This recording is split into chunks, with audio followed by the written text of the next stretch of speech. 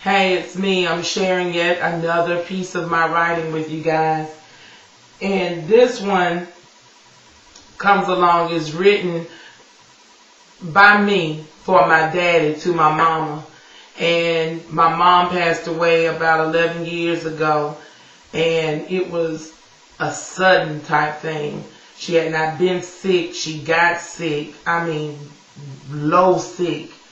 And this time of the year, she was laying flat on her back in the hospital. And she passed away in December of '97. And my dad and I had a conversation, and he was telling me how much he loved her and he missed her and all of this stuff. And, you know, we realized that when someone close to us dies, we keep on living. The world keeps on spinning. It doesn't stop spinning on its axis. Our oxygen is not depleted. We can hold our breath and say, oh, I don't want to live. But you know what? Soon that drive to breathe is going to kick in and you're going to breathe. Because when it get down to it, a lot of us ain't really ready, not for real. But after we conversated, my dad and I, by the time he reached his house, I had finished writing this piece. And I think this is when my writing started. Because I can't tell you the exact day, the exact time that I wrote my first piece. And I wasn't calling it poetry. I called it mental health therapy. Here it goes.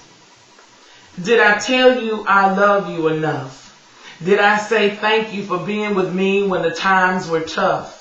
Thanks for sticking by my side when I ignored your needs. I hung with my brother and them despite your pleas. Thanks for all the down-home cooking you would do. No one can ever cook those greens quite like you. Thanks for the soup and juice when fever was in my head. For washing my clothes and turning back the bed. For giving birth to our 2 little girls. I never knew love like that could change my world.